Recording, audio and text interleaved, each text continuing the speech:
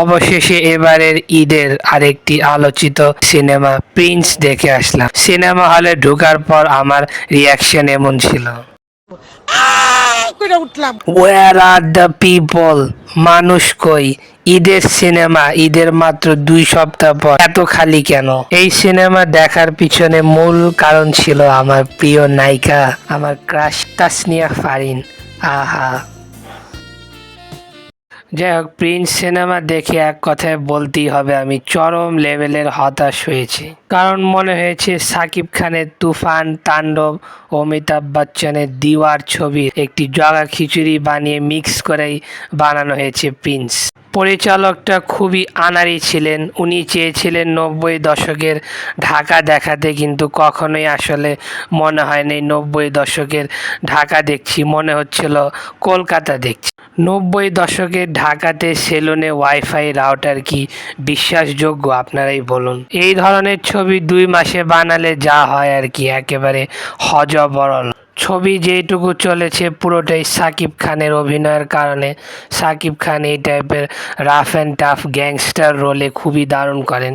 ছবির এডিটিং ছিল সবচেয়ে বাজে দিক, অনেক প্লট হোল ছিল এবং কাহিনী কই থেকে কই যাচ্ছে তা কিছুই বোঝা যাচ্ছে না। অনেক ক্যারেক্টারেরও সিন মনে হয় কেটে দেওয়া হয়েছিল, এডিটিং এতই বাজে ছিল। উদাহরণস্বরূপ আমার প্রিয় নায়িকা তাসনিয়া ফারিন, উনি ছবিতে প্রথমে বার ডান্সার থাকে, তারপর হঠাৎ করে ইন্টারভালের পরে দেখানো হয় উনি অনেক বড় নায়িকা হয়ে গেছেন। কিভাবে হলেন, কখন হলেন, সেই ব্যাপারে আমরা কিছুই জানি না। তাসনিয়া ফারিনের অভিনয় আমার কাছে মোটামুটি ভালোই লেগেছে। উনি একটু ডিফারেন্ট টাইপের ক্যারেক্টার করেছেন। এখানে ওনাকে খুবই আবেদনময়ী ও লাস্যময়ী রোলে দেখা গিয়েছে।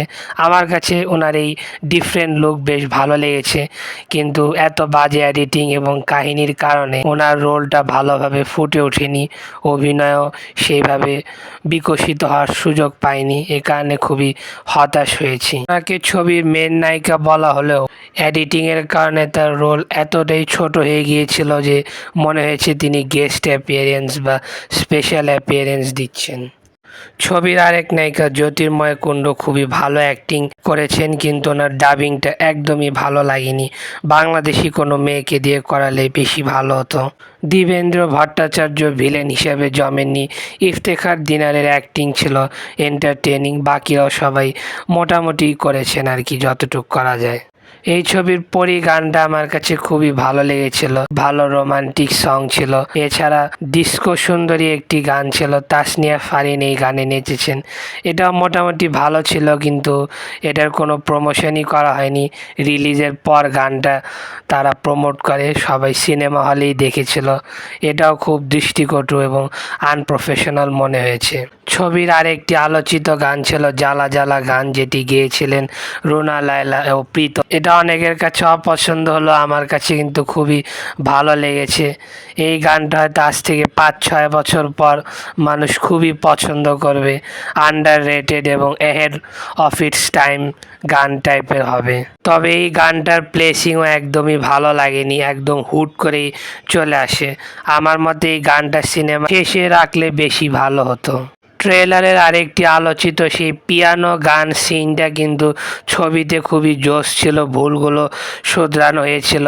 ওইটাতেই দর্শক সবচেয়ে বেশি এক্সাইটেড হয়েছিল আমার কাছে মনে হয়েছে। ওভারঅল সত্যি কথা বলতে ছবিটা ভালো লাগেনি।